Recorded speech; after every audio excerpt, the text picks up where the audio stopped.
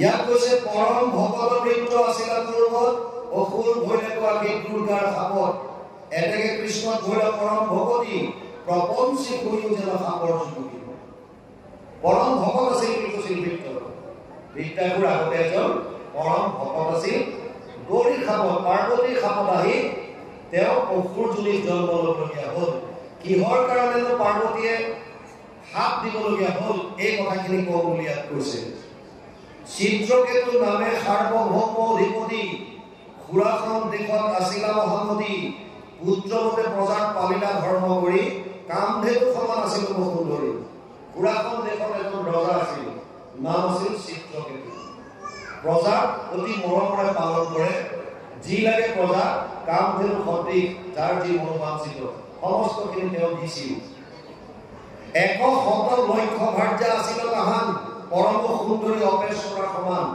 100 লক্ষ মানে 1 কোটি 100 লাখ মানে 1 কোটি পত্নী আছিল চিত্ৰকেতুৰ পত্নী আছিল 1 কোটি আৰু সব অপেশ্বৰী নিচিনা বুলি কৈছে ইয়াত নিপতি পৰম কাৰ্য প্ৰতিপতি তাসম্বাদ হন্তে তভু নগৈল সম্পত্তি যদিও 1 কোটি বিয়া কৰাইছিল সব অপেশ্বৰীৰ দৰে কিন্তু তেওঁলোকৰ কাৰো সন্তান নাছিল সন্তান নথকাৰ কাৰণে 1 কোটি ভাৰ্যাদানত বন্ধ্যা হইল যাবে ৰাজাৰ মনত চিন্তা উপজিলা দেবে পুত্ৰৰ কাৰণে নানা কৰিলন্ত যাগ তভু পুত্ৰ নহইল কৰ্মত নাহি ভাগ পুত্ৰ পাবৰ কাৰণে বিভিন্ন ধৰণৰ কৰ্ম কৰিলে কিন্তু ভাগ্যত নথকা বস্তুটো প্ৰাৰব্ধত যেতিয়া লৈ অহা নাযায় সেইটো আমি নেপাওঁ সেইকাৰণে ইয়াত কৈছে বয়সত তৰুণ সুন্দৰ মহাবল ইন্দ্ৰটো অধিক লক্ষী আশ্ৰয় সকল পুত্ৰ মাত্ৰ নাহিকে চিন্তন্ত দিনে ৰাতি মই হেম ৰাজা হইলো বন্ধ্যা নাৰীপতি সব আছে বয়সত তৰুণ ইন্দ্ৰটো অধিক লক্ষী মানে ধন টকা পইচা অজস্ৰ তথাপিতো পুত্ৰ নথকাৰ কাৰণে দিন ৰাতি চিন্তা কৰি থাকে যে মই 1 কোটি নাৰী হোৱাৰ পাছতো এই বন্ধ্যা নাৰীৰ প্ৰতিহে মই হইলো আমাৰ যিটো বস্তু হাতত নাথাকে তাত আমি সুখ থাকে বুলি ভাবোঁ এইটো আটাইতকৈ মানুহৰ এটা বেয়া স্বভাৱ যিটো আছে তাত আমি সুখটো বিচাৰি নাপাওঁ আপোনাৰ হাতত যদি এটা 20-30 হাজাৰ টকাৰ মোবাইল আছে আপোনাৰ লগৰ কোনোবা এজনে যদি 50,000 1 লাখ টকাৰ এটা মোবাইল লৈ আহিল তেতিয়া আপোনাৰ এই আগতে সুখ পাই থকা মোবাইলটো সুখটো নাইকিয়া হ'ব কেতিয়া মই তেনেকুৱা এখন ল'ব পাৰোঁ তেনেকুৱা এটা ল'ব পাৰোঁ আপোনাৰ যদি এখন বাইক আছে যদি আপোনাৰ বাইকখন 30,000 40,000 50,000 1 লাখ লগৰটোৱে যদি 2 লাখ 2.5 লাখ টকাৰ বাইক আনিলে আপোনাৰ ঘৰত সুখ নাইকিয়া হ'ব আপোনাৰ এখন গাড়ী আছে 8 লাখ 10 লাখ আপোনাৰ লগৰটোৱে যদি 15-20 লাখ টকাৰ গাড়ী ল'লে আপোনাৰ ঘৰত সুখ নাইকিয়া হ'ব মানে আমাৰ হাতত যিটো নাই আমি তাক সুখটো আছে বুলি ভাবি থকাখিনি বস্তুৰ আনন্দটো লাভ কৰিবলৈ আমি শিকিব পৰা নাই ভাগৱতে কৈছে যিটো পোৱা তাতে হইব সন্তোষিত মন এনেকুৱা প্ৰকাৰে দুষ্ট ভূত নাৰায়ণ যিটো পাইছা যিটো হাতত আছে এই বস্তুটো আগতে ভোগ কৰিবলৈ শিকা হয় ধন গজ ধন और रतन धन खान হয় ধন গজ ধন और रतन धन खान जब मिल जाए संतोष धन सब धन धूल समान ঘোড়াৰ ধন আগতে ৰজা মহাৰাজা বিলাকে ঘোড়া ৰাখিছিল হয় ধন বাজ ধন গজ ধন এটা আছে হাতী আগৰ ৰজা মহাৰাজা বিলাকে ক'ৰবালৈ যাবলগীয়া হ'লে হাতী উঠি যায় এইটো সিহঁতৰ এটা নিজৰ ইগো এটা আৰু এটা আছিল বাজ চৰাই এটা ৰাখে বহুত ৰজা মহাৰাজাই সেইটো নিজৰ কাৰণে সম্পত্তি বুলিয়ে ভাবে और रतन धन खान ধনৰ গোটেই ৰত্নৰ খান তেওঁলোকৰ থাকে ভাণ্ডাৰ থাকে এইবিলাকতো সন্তুষ্ট নহয় যেতিয়ালৈকে সন্তুষ্টি ধন নাহে जब मिल जाए संतुष्ट धन যিদিনা সন্তুষ্টি ধন পাব তেতিয়া এইবিলাক চব ধূলি নিচিনা দেখা পাব এহাল গিৰিয়েক ঘৈণীয়েক একান্ত ভকত কৃষ্ণ সংসাৰৰ প্ৰতি ঘোৰ বৈৰাগ্য সদায় খৰি কাটি বেচে আৰু প্ৰভুৱে যি মিলাই সেই অনুমতি খায় এদিন খৰি কাটি আহি থাকোঁতে গিৰিয়েকটো কেইখোজমান আগত গ'ল আৰু ঘৈণীয়েক অলপ পিছ পৰিল গিৰিয়েকে দেখিলে যে বাটত এডাল সোণৰ চেইন পৰি আছে চেইনডাল দেখা পায় ভাবিলে মোৰ মানুহজনীয়ে যদি দেখে হয়তো মনত অকণমান হ'লেও সোণৰ প্ৰতি আকৃষ্ট হ'ব পাৰে, আসক্তি বাঢ়িব পাৰে। সেইকাৰণে পতাপত মাটি দি ধূলি দি ভৰিয়ে ধূলিখিনি দি চেইনডাল পুতিবলৈ ধৰিছে। তেনেকুৱাতে ঘৈণীয়েক আহি পালেহি আৰু ঘৈণীয়েকে সুধিলে যে কি কৰিছা তুমি? বোলে নাই নাই নাই তুমি কিবা এটা কৰি আছিলা। কি পুতিছা? দেখুৱাই দিলে সোণৰ চেইনডাল। বোলে এইডাল কিয় পুতিছা? নাই মই ভাবিছিলো তুমি দেখিবা নেকি। আৰে মাটিৰ বস্তুত আৰু মাটি দি পুতি কি লাভ আছে? মানে ঘৈণীয়েকৰ দৃষ্টিত সেই সোণডাল মাটিৰ সোণ দিছিলা। কিমান ওপৰত তেওঁ চিন্তা। গিৰিয়েকক কৈছে, গিৰিয়েকে ভাবিছিল যদি ঘৈণীয়েকে সোণ দেখে হয়তো আসক্তি বাঢ়িব। ঘৈণীয়েকে কৈছে মাটিৰ বস্তুত আকৌ মাটি দি পুতিবলগীয়া কি দৰকাৰ? তাৰমানে এইবিলাক হৈছে বৈৰাগ্যৰ টুম্বত ধৰা, কোনো ধৰণৰ ভাৱ নাই। আমাৰ কি হয়, যিটো নাথাকে আমি তাত সন্তুষ্টি আছে বুলি ভাবি তাৰ পিছত দৌৰিছো। চিত্ৰপটু এখন দেশৰ ৰজা, পুৰাখন দেশৰ 1 কোটি তেওঁৰ বিবাহিতা পত্নী, অজস্ৰ ধন সম্পত্তি, ইন্দ্ৰতকৈও বেছি আছে বুলি কৈছে। ইমানবিলাক থকাৰ পাছতো শান্তি নাই মনত। কিয়? সন্তান নাই, কেৱল সন্তান নাই। আৰু সেইটো কাৰণে কি হয় এতিয়া ইয়াত পাঠ বুলি আমি আলোচনা কৰিম। কৃষ্ণ পদে কৈছে, পুত্ৰৰ কাৰণে কোটি কন্যাক বিহাইলো, এতেক ভাৰ্যাক পুত্ৰ মোক নেদেখিলো, কুলক্ষণী নাৰী খব যিয়ে অকাৰণে, কাহাকো নচাৱে ৰাজা কটাক্ষ নয়নে। পুত্ৰৰ কামনা কৰি 1 কোটি কন্যা বিয়া কৰালো, কিন্তু মোৰ সন্তান নাই। গতিকে ৰজাই কোনোজনী পত্নীক ভাল ব্যৱহাৰ নকৰে, কাৰো ফালে নচোৱা হ'ল। ইয়াত কৈছে, অপুত্ৰক হৈলে সৰ্বকাৰ্যত বিৰুদ্ধ, দেৱে নলয় পূজা বুলিয়া অশুদ্ধ, ইহাক খুমৰি আদি প্ৰাণ পুতি যায়, পুণ্যাম নৰকৰ কমন পায়। মানুহে বিশ্বাস কৰে পুত্ৰ যদি নাথাকে, অপুত্ৰ বোলে বোলে পুণ্যাম নামৰ নৰকত গৈ গুটিব। আৰু যিবিলাকে এই কৰ্মকাণ্ডত বিশ্বাস কৰে তেওঁলোকে ভাবে যে পুত্ৰ এটা যদি নাথাকে তেতিয়াহ'লে তেওঁলোক যাগ যজ্ঞৰ কাৰণে যোগ্য নহয়। কিন্তু ভক্তি মাৰ্গত এইবিলাক বস্তু একো নাই। ভক্তি মাৰ্গত হৈছে প্ৰতিটো আত্মাই সুকীয়া, প্ৰতিটোৱে নিজৰ কৰ্ম ভক্তি নিজে কৰিব লাগিব। কোনেও কাৰো কাৰণে কাৰো হকে মন্ত্ৰ উচ্চাৰণ কৰি কাকো একো কৰি দিব নোৱাৰে। নিজৰ ভক্তি নিজৰ আৰাধনা নিজেই কৰিব লাগিব। এতিয়া ইয়াত চিত্ৰকেতুৱে যিহেতু তেনেধৰণে ভাবিছে, সেইকাৰণে ইয়াত কৈছে, ৰাজাৰ যতেক শ্ৰী আছে প্ৰত্যেক পৰম সুন্দৰী কন্যা আছে কোটি এক, কামধেনু সম সভা কৰা বসুমতী, এতেকৈ নিপতি নসাধৰ প্ৰতি। অজস্ৰ ধন সোণ আৰু ইমান অপেশ্বৰী সদৃশ 1 কোটি কন্যা মানে পত্নী থকাৰ পাছতো তেওঁৰ মনত শান্তি আনিব পৰা নাই। আচ্ছা, এটা কথা ভাবক, সুখ দুখটো আপোনালোকে কি ভাবে? এই বস্তুটো কি আছে? মই আপোনালোকক বুজাই দিছো। এজনী মানুহৰ 2জনী ছোৱালী আছে। ছোৱালী 2জনী 2জন ল'ৰালে বিয়া দিলে। এজনে ইটা ভাটাত কাম কৰে, ছোৱালীজনীও ইটা ভাটাতে কাম কৰে, দুখীয়া ঘৰ। আৰু এজনী ছোৱালীয়ে ছাতি বিক্ৰী কৰে, আৰু জোৱাইকো সেইটো কামতে কৰে। এফালে আছে ইটা ভাটাত কাম কৰে, ইটা বনায়, আৰু এফালে ছাতি বিক্ৰী কৰে। মাকৰ সদায় চিন্তা নুগুছে, সদায় চিন্তাত থাকে ছোৱালী 2জনীক লৈ। কাৰণ বৰষুণ যেতিয়া আহে তেতিয়া ইটা ভাটাত কাম বন্ধ হয়। সেই ছোৱালীজনী দুখৰ কথা চিন্তা কৰি থাকে, তাই কেনেকৈ খাব। আৰু বৰষুণ আহিলে ছাতি বিক্ৰী কৰা যদি ভাল হয় সেইটো কথা চিন্তা নকৰে। যেতিয়া ৰ'দ হয়, বতৰ ভাল হয়, তেতিয়া যিজনীয়ে ছাতি বিক্ৰী কৰে তাইক লৈ চিন্তা কৰে, ছাতি কোনে কিনিব। বুজি পাইছে? মানে মানুহজনী সদায় চিন্তা, এই চিন্তাটো কেতিয়াও নকমে।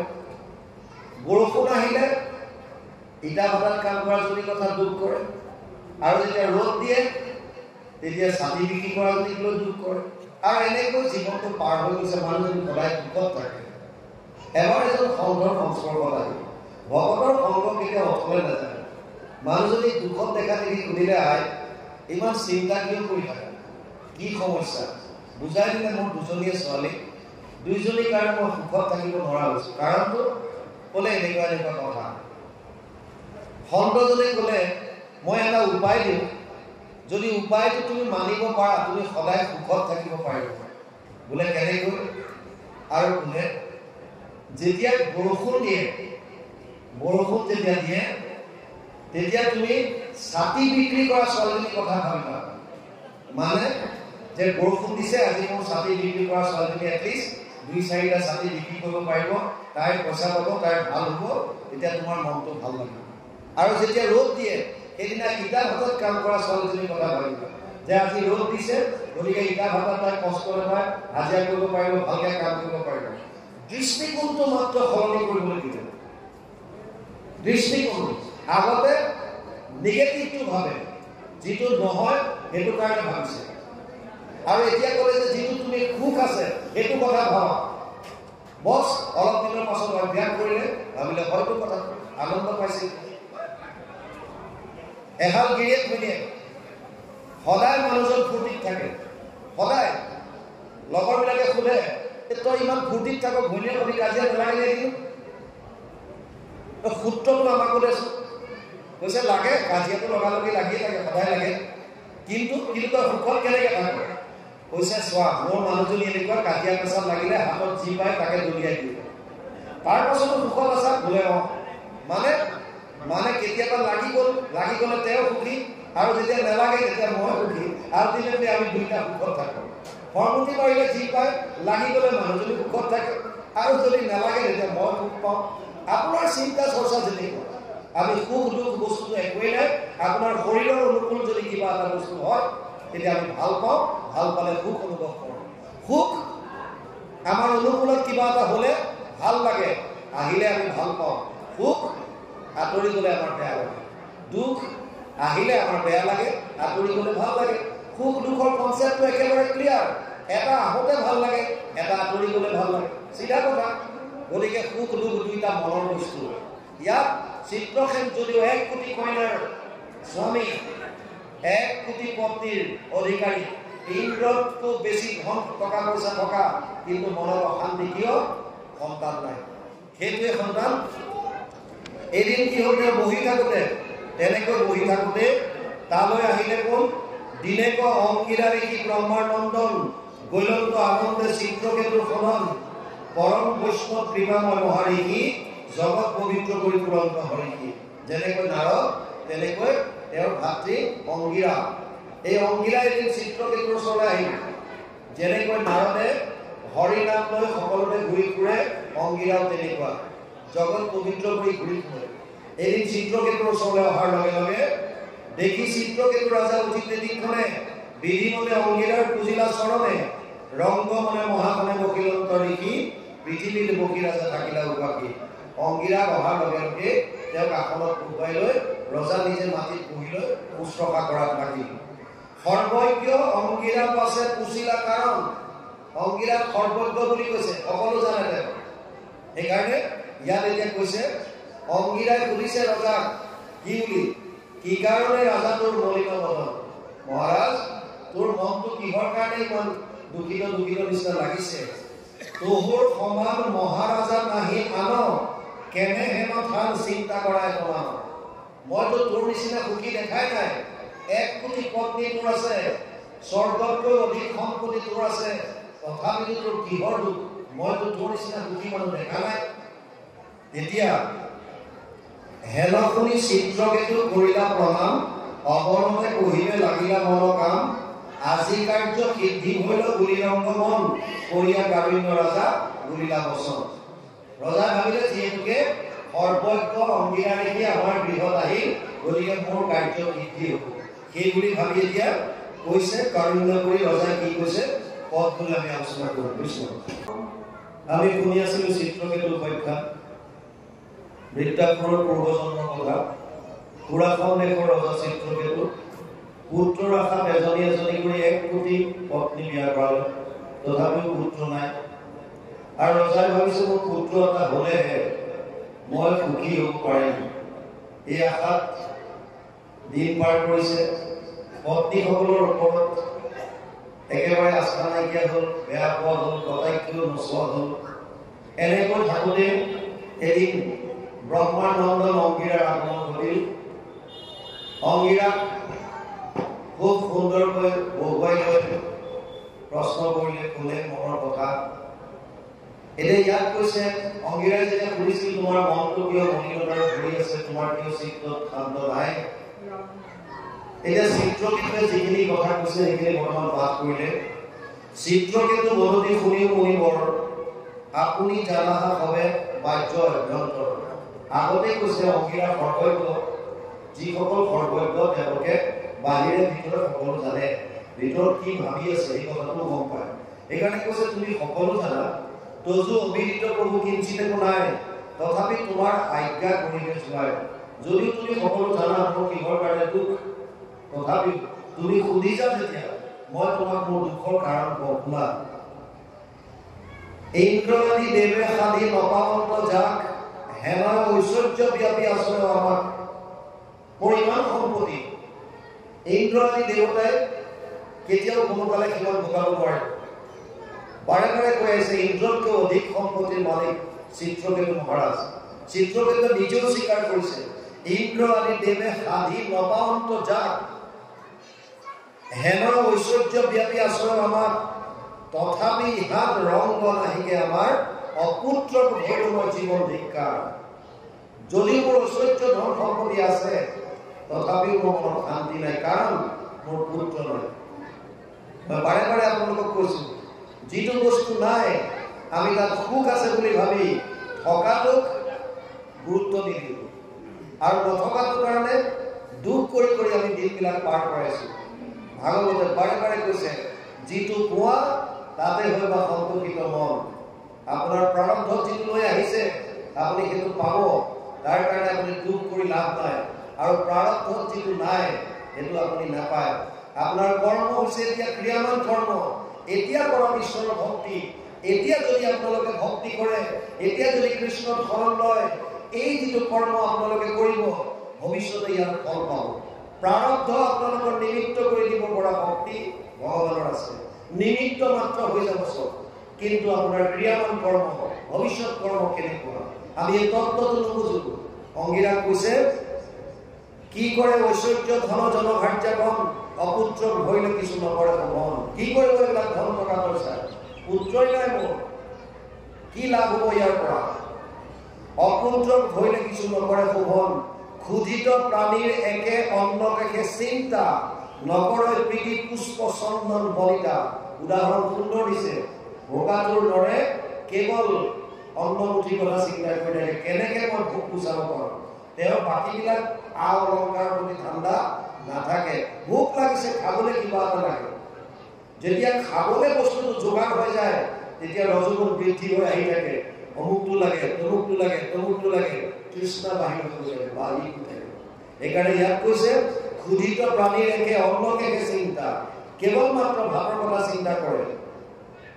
নকৰে প্ৰীতি পুষ্প চন্দন বলিতা, বাকীবিলাক বস্তুৰ প্ৰতি চিন্তা নাই।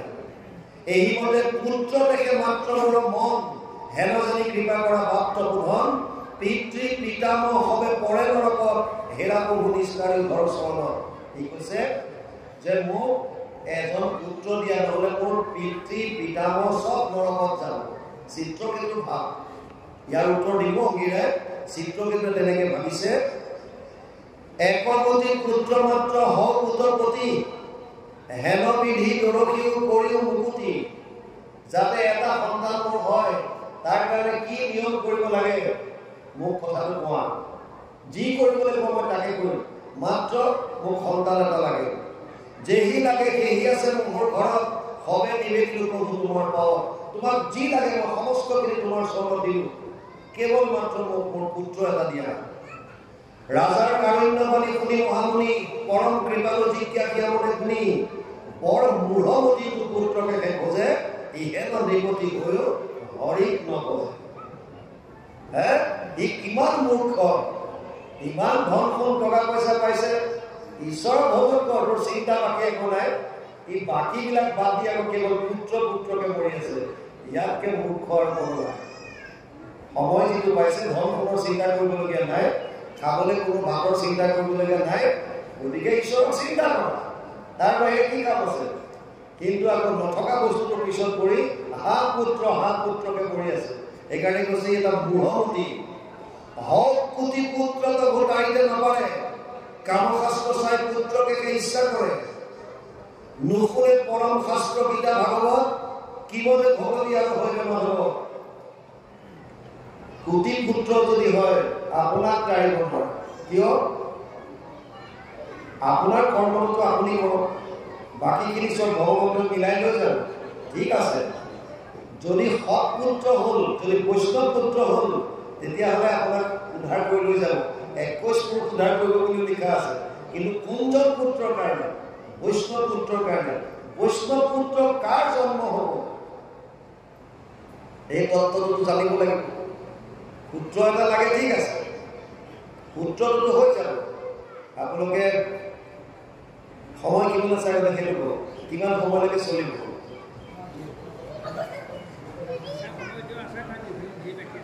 আঢ়ৈটা পাইছে, কেইটালৈকে চলিব সেইটো কওক, নহ'লে মই তেতিয়া সেইটো মতে কওঁ। কেইটালৈকে টাইমটো দিয়ক, ঘৰটো 3টা, ঠিক আছে।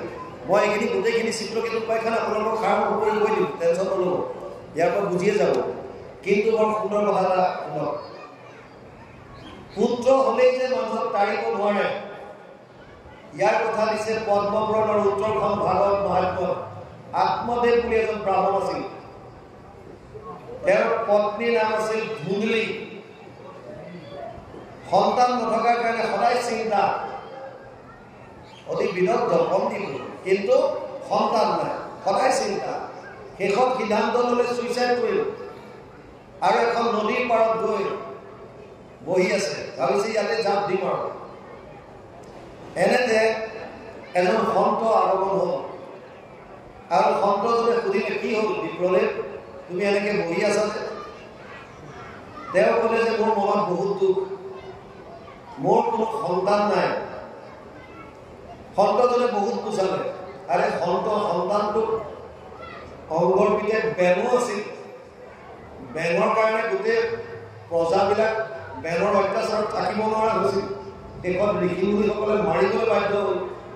গতিকে পুত্ৰ হ'লেই যে তুমি পাৰ পাবা, সেইটো ক'ত শুনিছা? পুত্ৰ যদি ভাল পুত্ৰ নহয়, তেতিয়াহ'লে তোমাৰতো তাৰ পৰা আকৌ বিপৰীতহে হ'ব। বহুত বুজালে, কিন্তু আত্মাৰামে কৈছে, মই এইবিলাক বুজিব নোখোজো, যিটো চিত্ৰকেতু কণ্ডিশ্যন, কেৱল মোক এটা পুত্ৰ লাগে। সন্তজনে ক'লে যে তোমাৰ 7টা জন্মত পুত্ৰ লিখা নাই, তুমি কি পুত্ৰৰ কথা কৈছা? বিপ্ৰজনে গম পাই গ'ল, এওঁ যদি মোৰ আগৰ ভৱিষ্যতৰ 7টা জন্মৰ কথা যেতিয়া দেখা পাব পাৰে, গতিকে এইজন কিমান পৰম সিদ্ধ হ'ব লাগিব। সেইকাৰণে ভৰি দীঘলি কৰি আৰু ক'লে যে মই গম পাইছোঁ আপুনি এজন পৰম সিদ্ধ পুৰুষ, যিহেতু আপুনি মোৰ ভৱিষ্যত 7টা জন্মৰ কথা নাই বুলি ক'লে, আপুনি যদি কৃপা কৰে মোক এই জন্মতে পুত্ৰ দিব পাৰিব। সেইকাৰণে মই ভৰিত ধৰিছোঁ আপোনাক, মোৰ যি হয় হ'ব, কেৱল মোক পুত্ৰ এটা লাগে। আৰু উপায়ন্তৰ হৈ তেওঁ এটা ফল দিলে, এই ফলটো লৈ যোৱা, তোমাৰ পত্নীক খাবলৈ দিবা, এটা পুত্ৰ জন্ম। আৰু বিপ্ৰজন বৰ আনন্দত ঘৰলৈ আহিল। ধুন্দলী নামটো পাই গম পাইছে যে ক্লিয়াৰ নহয় দৃষ্টিভংগী, ভিজনটো ক্লিয়াৰ নহয়, দৃষ্টিকোণ ক্লিয়াৰ নহয়। ধুন্দলী নাম এইকাৰণে দিছে, সন্দেহ চবতে। আৰু গিৰিয়েকে আহি পেলাই ক'লে যে বৰ ভাল এটা কথা হ'ল, আজি সন্ত এজন লগ পালোঁ, এই ফলটো দিছে, এই ফলটো তুমি খাই দিয়া আৰু আমাৰ সন্তান হ'ব। ধুন্দলীয়ে ক'লে ঠিক আছে খাম, থওক। আৰু চিন্তা কৰিবলৈ ধৰিলে, যদি মই ফলটো খাই দিওঁ, মোৰ যদি গৰ্ভধাৰণ হয়, মই গৰ্ভৱতী অৱস্থাত যেতিয়া আহিম, তেতিয়া এই শৰীৰটোক লৈ মই ইফালে সিফালে চোৱাত কষ্ট পাম। মোৰ ইমান সুন্দৰ দেহাটো এই গৰ্ভৱতী হোৱাৰ লগে লগে দেখিবলৈ বেয়া লাগিব। কিবা এটা বিপদ আপদৰ সময়ত মই ইফালে সিফালে দৌৰি পলাব নোৱাৰিম, গতিকে ইচ্ছা কৰা নাই। তেনেকুৱাতে তেওঁৰ সম্পৰ্কীয় ভনীয়েক এজনী আহিল গাঁৱৰ, আৰু আহি পেলাই যেতিয়া কথা বতৰা পাতোতে গোটেইখিনি ক'লে, কৈছে বাপৰে বাইদেউ, কোনো কাৰণত গৰ্ভৱতী নহবি। বোলে কিয়? মোৰ 6টা সন্তান জন্ম দিলোঁ, গৰ্ভত এটা আছে, এইটো 7 নম্বৰ। কিমান কষ্ট হয় মইহে জানো, অতি কষ্ট। গতিকে তই নহবি, আৰু এটা শুন, তোৰ উপায় দিছোঁ, তই এইটো ফল চল খাব নালাগে।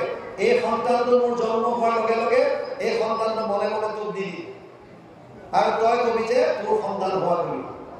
সমাজত কোনেও গম নাপাব। বস সৃষ্টিৰ পাতনিতে খেলি মেলি আৰু ধুমুলিয়ে সেই ফলটো তেওঁলোকৰ ঘৰত গাই এজনী আছিল সেইজনী বন্ধা গাইটোক দি দিলে গাইজনীক খাবলৈ দিলে গাইজনীয়ে ফলটো খালে আৰু বিপ্ৰজন আশ্ৰমত দীঘল কিবাল ঈশ্বৰৰ ভক্তিত মগ্ন হৈ থাকিল গাইজনীয়ে সন্তান এটা জন্ম দিলে মানুহৰ কাৰণ এই বিপ্ৰজনে দিয়া ফলটো খাইছিল কাণ দুখন গৰুৰ দৰে এইকাৰণে নাম দিলে গোকৰ্ণ আৰু এই যে ভনীয়েক মোক বুলি মহৎ যিজনী আছে গাঁৱৰ সম্পৰ্কীয় ভনীয়েক এই ভনীয়েকজনীৰ সন্তান হ'ল মনে মনে ৰাতি আহি এওঁক দি দিলে আৰু ঘৰত গ'লে মোৰ ল'ৰাটোৰ সন্তানটো মৰি থাকিল এই সন্তানটো আনি বিপ্ৰ পত্নীৰ হাতত দি দিলে আৰু নাম দিলে ধুনকাৰী ধুন্দুলিয়ে নাম দিলে ধুনকাৰী আৰু গৰুৰ পৰা যিটো সন্তান জন্ম হ'ল নাম থলে গোকৰ্ণ ধুনকাৰী সৰুৰে পৰাই তাৰ স্বভাৱ চৰিত্ৰ অতি বেয়া মানে হিংসাৰ প্ৰতি তাৰ সদায় মনোবৃত্তি চুৰ তাৰি ডকাইতি এইবিলাক ভাল পায় অতিষ্ঠ হ'ল বাপেক যিটো সন্তান পাবৰ কাৰণে সুইচাইড পৰ্যন্ত কৰিবলৈ গৈছিল সন্তান পোৱাৰ পাছত অৱস্থা নাইকিয়া হ'ল গোকৰ্ণ যিজন ভাল আছিলে বিপ্ৰৰ প্ৰসাদ তেওঁ আশ্ৰমত গৈ পেলাই বিভিন্ন ঠাইত শিক্ষা আহৰণ কৰাত লাগিল আৰু সন্ন্যাস পদ ধাৰণ কৰিলে ধুনকাৰী ডাঙৰ হৈ বাপেকক অত্যাচাৰ কৰা আৰম্ভ কৰি দিলে বাপেকে ঘৰত থাকিব নোৱাৰা হ'ল আৰু শেষত ঘৰ এৰি বনলৈ গুচি গ'ল মাকক বিভিন্ন ধৰণৰ অত্যাচাৰ কৰিবলৈ ধৰিলে আৰু মাকে কুঁৱাত জাপ দি এদিন মৰি থাকিল ধুনকাৰীয়ে শেষত 5জনী বেশ্যা ঘৰলৈ লৈ আহিল আৰু বেশ্যা কিজনী সন্তুষ্ট কৰিবৰ কাৰণে চোৰ ডকাইত ইত্যাদি কৰা আৰম্ভ কৰি দিলে শেষত এদিন ৰজাৰ ঘৰৰ পৰা কিছু ৰাজকীয় সম্পত্তি চুৰ কৰি আনিলে বেশ্যা কিজনীয়ে যেতিয়া দেখা পালে আৰু ইয়াত ৰজাৰ ঘৰৰ বস্তু আৰু ই চুৰ কৰি আনিলে যদি কেনেবাকে ৰজাৰ সৈন্যই গম পায় ইয়াৰ লগতে আমাকো প্ৰাণদণ্ড দিব সেইকাৰণে ৰাতি শুই থাকোঁতে ধুনকাৰীক বিচনাতে ৰছীয়ে বান্ধি কেৰাচিন তেল দি জ্বলাই দিলে জীৱন্ত অৱস্থাত গিৰিয়েকক জ্বলাই 5জনী বেশ্যা তাৰ পৰা পলাই পত্ৰ দিলে গোকৰ্ণ ইতিমধ্যে বিভিন্ন তীৰ্থ ভ্ৰমণ কৰি ফুৰিছে গম পালে ককায়েক ধুনকাৰীৰ মৃত্যু হ'ল আৰু গম পোৱাৰ পাছত কাশী গয়া বৃন্দাবন য'তে গৈছে তাতে পিণ্ড দান কৰি ককায়েকৰ মুক্তি প্ৰাপ্তিৰ কাৰণে বিভিন্ন জেগাত তীৰ্থত তেওঁলোকৰ কৰ্ম কৰিলে বহুদিনৰ পাছত যেতিয়া ঘূৰি আহি পেলাই নিজৰ ঘৰখনৰ বাৰান্দাত যেতিয়া ৰাতিটো কটাইছে কিবা এটা ভালক আকৃতিৰ ৰূপ ধৰি বাৰে বাৰে তাৰ ওচৰলৈ আহিছে কেতিয়াবা প্ৰকাণ্ড মোহৰ ৰূপ লৈ আহে কেতিয়াবা কিবা বিভিন্ন জন্তু ৰূপ ধাৰণ কৰি গোকৰ্ণৰ কমণ্ডলৰ পৰা পানী এচাটিলৈ মাৰি দিলে আৰু ক'লে কোন তুমি নিজৰ ৰূপত আহা ধুনকাৰীয়ে নিজৰ আকৃতি ধাৰণ কৰি ক'লে যে গোকৰ্ণ মই তোৰ ককায়েক আৰে তই মুক্তি এতিয়াও পোৱা নাই মই তোৰ কাৰণে কাশী গয়া বৃন্দাবন চবতে তোৰ পিণ্ড দান কৰিছোঁ শ্ৰাদ্ধ কৰি আহিছোঁ বোলে মই যিমান পাপ কৰিলোঁ মোৰ কাৰণে দেউতা অশান্তিত থাকি ঘৰ ত্যাগ কৰিবলগীয়া হ'ল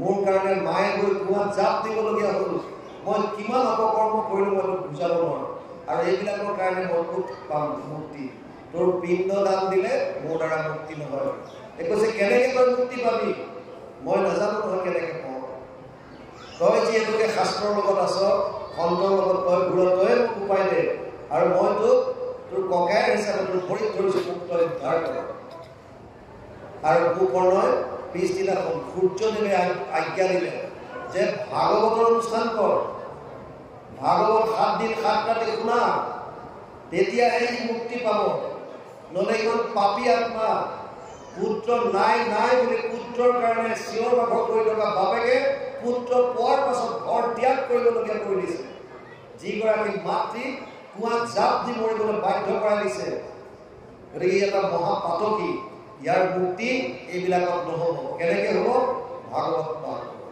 লগে লগে গোকৰ্ণৰ গাঁৱৰ মানুহক গোটালে আৰু চবৰ পৰা পাৰ্মিশ্যন লৈ ভাগৱত অনুষ্ঠান কৰিলে 7 দিন 7 ৰাতি ভাগৱত শুনিলে গোকৰ্ণৰ তাক শুনিলে তই কেনেকৈ যে মুক্তি পালিব কেনেকৈ গম পাম এডাল বাঁহ দিলে 7টা গাঁঠি থকা আৰু বোলে প্ৰথম দিনৰ ভাগৱতত এটা গাঁঠি পাত খাই যাব সপ্তম দিনত 7টা গাঁঠি ভাত খালে গম পাবি যে মই গলো।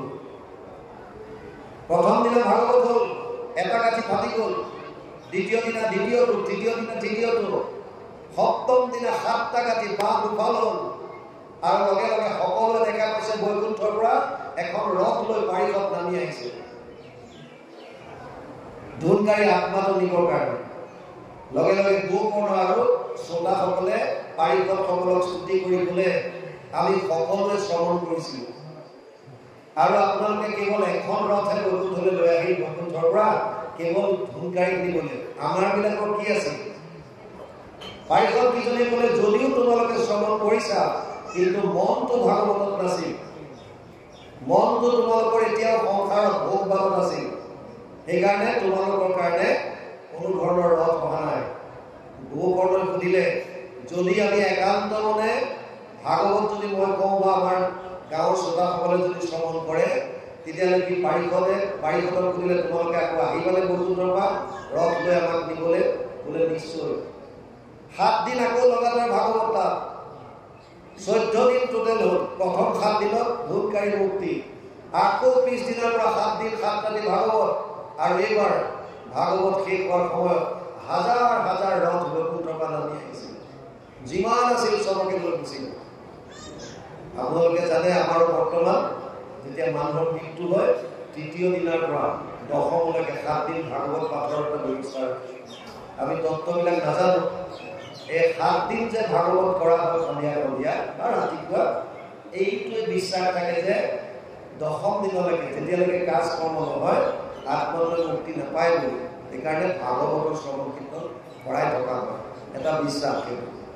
বাকী যিকি নহওক এতিয়া চিত্ৰকেতুৰ দৰে পুত্ৰক কামনা যদিও কৰিছিল আত্মাৰামে, কিন্তু পুত্ৰ পোৱাৰ পাছতো সুখ নাপায়, দুখে পাবলগীয়া হ'ল। সেইকাৰণে অংগীৰাৰ মনত হাঁহি উঠিছে, এই পুত্ৰ পুত্ৰ বুলি পেলাই ইমানকৈ কামাতুৰ হৈ আছে, ইমান পুত্ৰ পুত্ৰ হৈ আছে, কিন্তু পুত্ৰ পালেই যে ই সুখ পাব এইটোতো নহয়।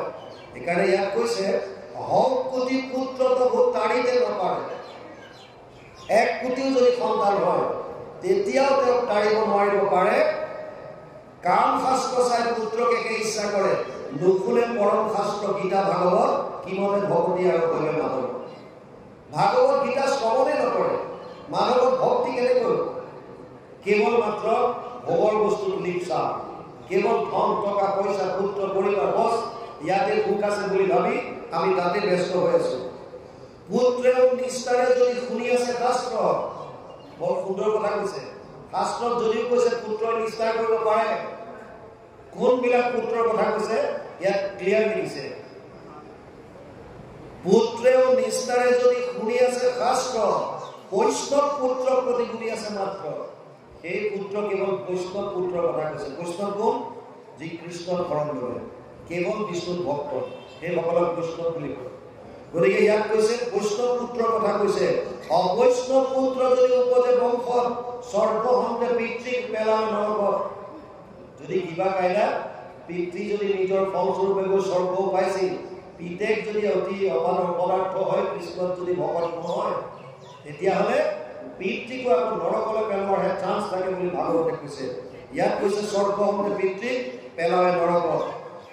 উপায় দিছে, যদি পুত্ৰ হলে মুক্তি পাব পাৰে। ইয়াত বৰ সুন্দৰ উদাহৰণ দিছে। শুকৰ কুকুৰে বহু পুত্ৰক জন্মায়, গাহৰি কুকুৰ এইবিলাকৰ বহুত থাকে পোৱালি, তেবে কি কাৰণে মুকুতিক নাপাওঁ? যদি গাহৰি কুকুৰতো ঢেৰ সন্তান, যদি সন্তান হলে যদি মুক্তি পায়, তেতিয়াহ'লে গাহৰি কুকুৰে মুক্তি কিয় নাপায়? এইটো প্ৰশ্ন ভাগৱতে আহিছে, অংগীৰাৰ মনত আহিছে। ইয়াত কৈছে বিশিষ্ট পুণ্যকে পাই বৈষ্ণৱ পুত্ৰ, এতেকে ভজিব লাগে কৃষ্ণক মাত্ৰ। বস্তুটো বুজিল, কেৱল পুত্ৰ হলে লাভ নাই যদি বৈষ্ণৱ পুত্ৰ নহয়। আৰু বৈষ্ণৱ পুত্ৰৰ কাৰণে আশ্ৰয় ল'ব লাগিব কৃষ্ণৰ। আশ্ৰয় অবিহনে গতি নাই। ভাগৱতৰ মূল উদ্দেশ্য প্ৰথমে মই কৈছিলো, যদিও 10টা লক্ষণ, ইয়াৰ উদ্দেশ্য এটাই, আশ্ৰয়। ক'ত আশ্ৰয় লয়? গতিকে আশ্ৰয়টো আমাৰ ক্লিয়াৰ কৰিব লাগিব। কিয় আশ্ৰয় ল'ব? কাৰণ যিজন ঈশ্বৰ, সৃষ্টি স্থিতি প্ৰলয়ৰ হেতু যিটো দেৱ, পরম ঈশ্বর তান্ত মিলে নাহি কেব স্বপ্ন জাগরণ যিটো গভীর নিদ্রা সমাধির সাক্ষী রূপে থাকন্ত সাক্ষাৎ সচেতন করা দেহ প্রাণ ইন্দ্রিয় জীবন ভূজান্ত নানাবিধ বিষয় পরমাত্মা বলি তাক কহে মুনিগণ এইটো পরম তত্ত্ব জানিবার আজন এইজন ঈশ্বর। পিপ্পলায়নে কৈছে নবগীতৰ এজন হৈছে পিপ্পলায়ন কবি কবি অন্তৰিক্ষ চতুৰ্থ প্ৰবুদ্ধ অপৰ পিপ্পলায়ন অভিভুক্ত পুত্ৰ। পিপ্পলায়নে কৈ আছে ভগৱান ঈশ্বৰৰ ৰূপ বৰ্ণনা কৰিছে কেনেকুৱা হ'ব তেওঁ কোৱালিটি কৈছে যিজন সৃষ্টি স্থিতি প্ৰলয়ৰ হেতু কাৰণ যিজনে আমাৰ মনৰ চাৰিটা অৱস্থাত অন্তৰ্যামী ৰূপে থাকে যিজনে আমাৰ ইন্দ্ৰিয়বিলাক সচেতন কৰিছে প্ৰৱৰ্তান্ত যেখনে ইন্দ্ৰিয় সমস্তক পৰমাত্মা বুলি তেনে কহে মাধৱক কৃষ্ণকে যেতিয়া পৰমাত্মা বুলি কয় যেতিয়া ইন্দ্ৰিয়বিলাক সচেতন কৰে মানে শৰীৰত বিৰাজমান হৈ থকা সময়ত ভগৱান কৃষ্ণক পৰমাত্মা বুলি কয়। সমাধিৰ বেকত ফলতে গৈছে ব্ৰহ্ম তেখনে বলয়জনা মাধৱক ব্ৰহ্ম যিসকলে জ্ঞান মাৰ্গত গৈছে সমাধিত যেতিয়া ব্ৰহ্ম সাক্ষাৎ কৰে এটা পোহৰ মাত্ৰ জ্যোতি এটা সেইটো কৈছে আৰু যিটো হোৱাৰ পাছত তেওঁ চব অজ্ঞানতা নাশ হয় জ্ঞান লাভ কৰে সেইখনত কৈছে ব্ৰহ্ম বুলি নিৰ্গুণ নিৰাকাৰ যেখনে কৰয় এইটো সৃষ্টি স্থিতি অন্ত তেখনে বলয় মাধৱক ভগৱন্ত যেতিয়া সৃষ্টি স্থিতিৰ কাৰক হয় সগুণ আকাৰ ধাৰণ কৰে তেতিয়া কৈছে সেইজন ভগৱন্ত। ব্ৰহ্ম পৰমাত্মা ভগৱান এক তত্ত্ব তিনিৰ একে নাম লক্ষণ ভেদক একে নাম বেলেগ বেলেগ কৰ্মৰ ওপৰত ভিত্তি কৰি তিনিটা নাম দিছে নিৰ্গুণ নিৰাকাৰ ব্ৰহ্ম সগুণ নিৰাকাৰ পৰমাত্মা সগুণ সাকাৰ ভগৱান তিনিটা বদন্তি তত্ত্ববিদম তত্ত্বম ইয়াত জ্ঞানম দ্বয়ম ব্ৰহ্মেতি পৰমাত্মেতি ভগৱানেতি শব্দয়ে 1-2-11। গতিকে আল্টিমেটলি আমি এতিয়ালৈকে পালো চিত্ৰকেতু ৰজা পুৰাখনৰ পুত্ৰ নাই 1 কোটি কন্যা বিয়া কৰাইছে তথাপিও সন্তান পোৱা নাই তেনেকুৱাতে ব্ৰহ্মাৰ নন্দন অংগীৰা আহিছে অংগীৰাক বহুৱাই লৈ পেলাই শুশ্ৰূষা কৰি পেলাই সেৱা কৰি কৈছে যে মোৰ যদি ইন্দ্ৰতকৈ বেছি সম্পত্তি আছে ইন্দ্ৰৰ অপস্বৰূপকৈ সুন্দৰ সুন্দৰ 1 কোটি পত্নী আছে তথাপিও মনত মোৰ শান্তি নাই কাৰণ মোৰ পুত্ৰ নাই। এতিয়া অংগীৰাক মনত হাঁহি উঠিছে যে এইজন এজন মানুহ পালো কেৱল পুত্ৰৰ আশাত ঈশ্বৰক ভক্তি কৰিবলৈ বাদ দি বিভিন্ন কৰ্মত মগ্ন হৈ আছে। তোমাৰ ধন সম্পদ অজস্ৰ দিছে ঠিক আছে সদ উপযোগ কৰা কৃষ্ণৰ ভক্তিটো নেৰিবা আগৰ জন্মৰ কথাটো চিন্তা কৰা আজি যি ভোগ কৰি আছো এয়া আগৰ প্ৰাৰব্ধ এতিয়া যি কৰিব এয়া আগলৈ পাব চিধা ফৰ্মুলা। আজি যদি আপোনালোকে কৰ্মটো সঠিক নকৰে বৰ্তমান সময়ত যদি আমি কৃষ্ণক শৰণ লৈ তেওঁৰ যদি ভক্তি নকৰোঁ ভৱিষ্যত অন্ধকাৰ এইটো জনমটো আপুনি প্ৰাৰব্ধত পাৰ কৰাই দিব আগৰ জনমত গৈ দিগদাৰ পাব এইটো জন্মটো ভোগ কৰিব লাগিব কৃষ্ণৰ ভক্তিবিহীন হ'লে। এইকাৰণে বাৰে বাৰে শাস্ত্ৰত এটাই কৈ আছে আশ্ৰয় লোৱা কৃষ্ণক আশ্ৰয় মুখম কৰতি পাচাৰম পংগুম লাম ভয়তে গিৰিম যৎ কৃপাত্তম হম বন্দে পরমানন্দ মাধব যার দয়া বলে করা পর্বত চড়াবে মুখে রাও নাহি যার কিন্তু কবি কয় এনে পরমানন্দ বন্ধু মাধব কৃপা করা বাপ কৃষ্ণময় অজ্ঞান কি সুন্দর লিখিত কৈছে আপনার যদি আশ্রয় যদি শুদ্ধ হয় আপনার যদি সমর্পণ যদি শুদ্ধ হয় কৃষ্ণৰ যদি আস্থা বিশ্বাস দৃঢ় যদি হয় যেনেকৈ ভয়ানক বিপদ নাহক কিয় আপোনাৰ ঘাট পাতি উদ্ধাৰ কৰি লৈ গুচি যাব।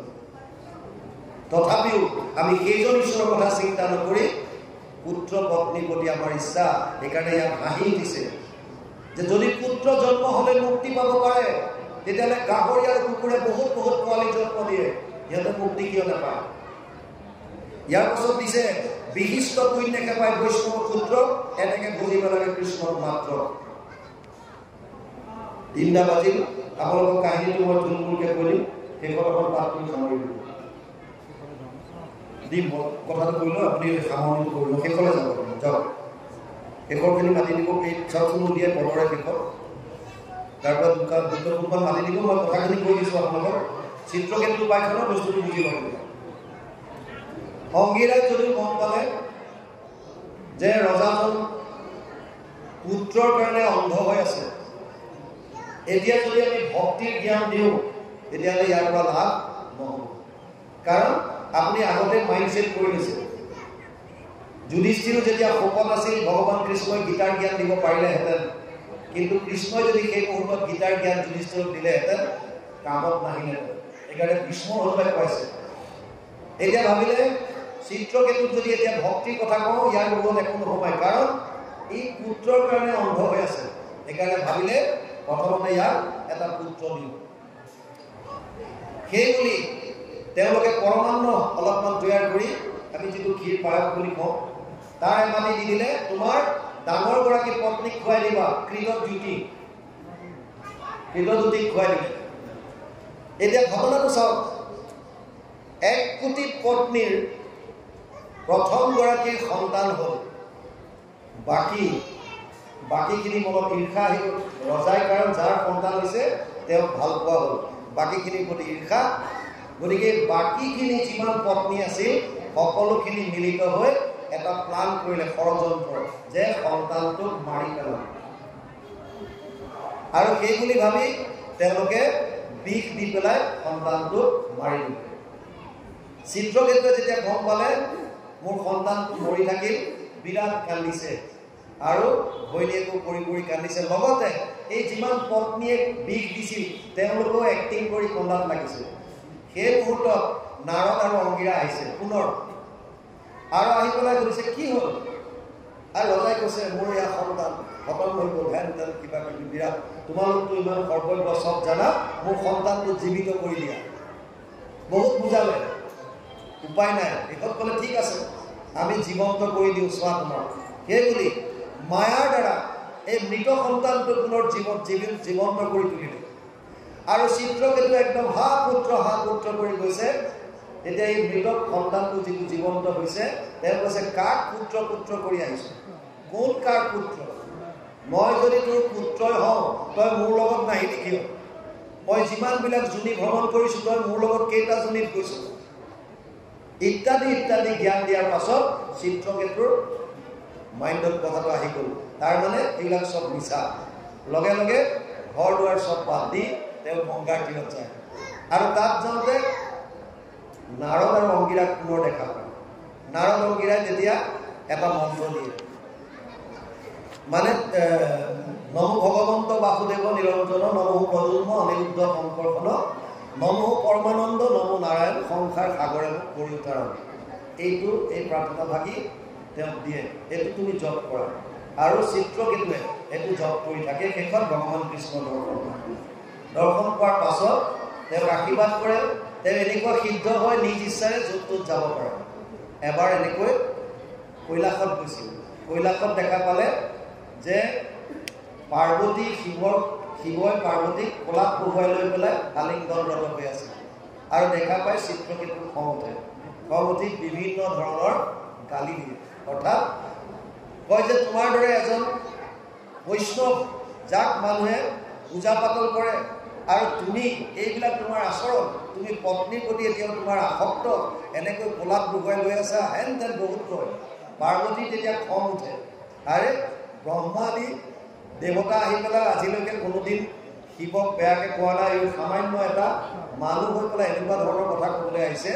আৰু ক'লে যে তোৰ বিচাৰ বিবেচনাবিলাক অসুৰৰ দৰে, সেইকাৰণে যা তোক মই অভিশাপ দিলোঁ, তই অসুৰ হৈ যাবি। আৰু সেই গৌৰীৰ সাপতে, পাৰ্বতীৰ সাপতে ইফালে দহটা মুনিয়ে যজ্ঞ কৰিছিল। কিয়? ইন্দ্ৰই আনি বিশ্বৰূপক ডিঙি কাটি দিয়ে। সেইটো ক্ৰোধত ইন্দ্ৰক বধ কৰিবৰ কাৰণে যজ্ঞ কৰে। এই যজ্ঞৰ অগ্নিৰ পৰা বৃত্তাসুৰৰ জন্ম হয়। সেইকাৰণে বৃত্তাসুৰ এজন কৃষ্ণৰ পৰম ভক্ত। এই বস্তুটো দেখুৱাবৰ কাৰণে এই কথাখিনি আদি চৰিত্ৰ আছিল। যিকি নহওক বা বন্ধু আমাক সমস্ত যথেষ্ট সময় আপোনালোকে দিলে। এতিয়া আমাৰ এইটো অধ্যায় কৰিব মানে শেষৰখিনি পাঠ কৰি দিব, আৰু তাৰপাছত আমি আপোনালোকৰ বিদায় কৃষ্ণ।